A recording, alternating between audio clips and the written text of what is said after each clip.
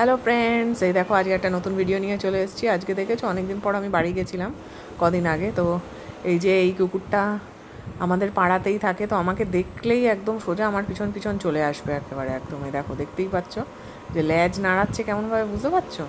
আমাকে যখনই দেখবে তখনই ও আমার কাছে এসে আগে আদর খাবে, তারপর অন্য কিছু খাবার। ওর আগে আদর চাই চাই, আদর খেয়ে তারপরে সে এই দেখো এখন আড়মোড়া টাড়মোড়া ভাঙছে। ভেঙে এখন ওকে যতক্ষণ না আমি বিস্কুট দেবো ততক্ষণ ও এখান থেকে যাবে না। দেখো, দেখতে পাচ্ছ বয়স হয়ে গেছে ওর। তো এক মেয়ে কুকুর, ছেলে না, ও মেয়ে। তো দেখো, ও কয়েকদিন আগে 3টে বাচ্চাও দিয়েছে।